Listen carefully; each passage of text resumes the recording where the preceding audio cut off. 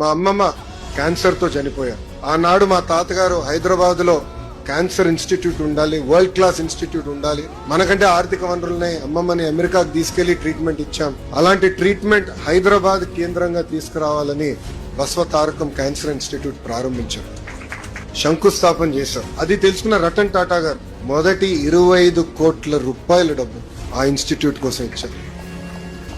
ఇది ఇప్పుడు 25 కోట్ల రూపాయలు కాదు, ఇది 1992, 93లో 2014లో తెలుగుదేశం ప్రభుత్వం ఉన్నప్పుడు హుదూద్ తుఫాన్ వచ్చింది విశాఖపట్నం. ఆనాడు నేను టాటా ట్రస్ట్ సిఇఓకి ఫోన్ చేసి ఇట్లా హుదూద్ వచ్చింది కొంచెం ఆదుకోండి అని కోరితే ఆయన ఫోన్ పెట్టేసి 30 సెకండ్స్ తర్వాత నాకు ఇప్పుడే రతన్ టాటా గారితో మాట్లాడాను, 3 కోట్ల రూపాయలు మేము ఇప్పుడు నిధులు ట్రాన్స్ఫర్ చేశామని చెప్పాను.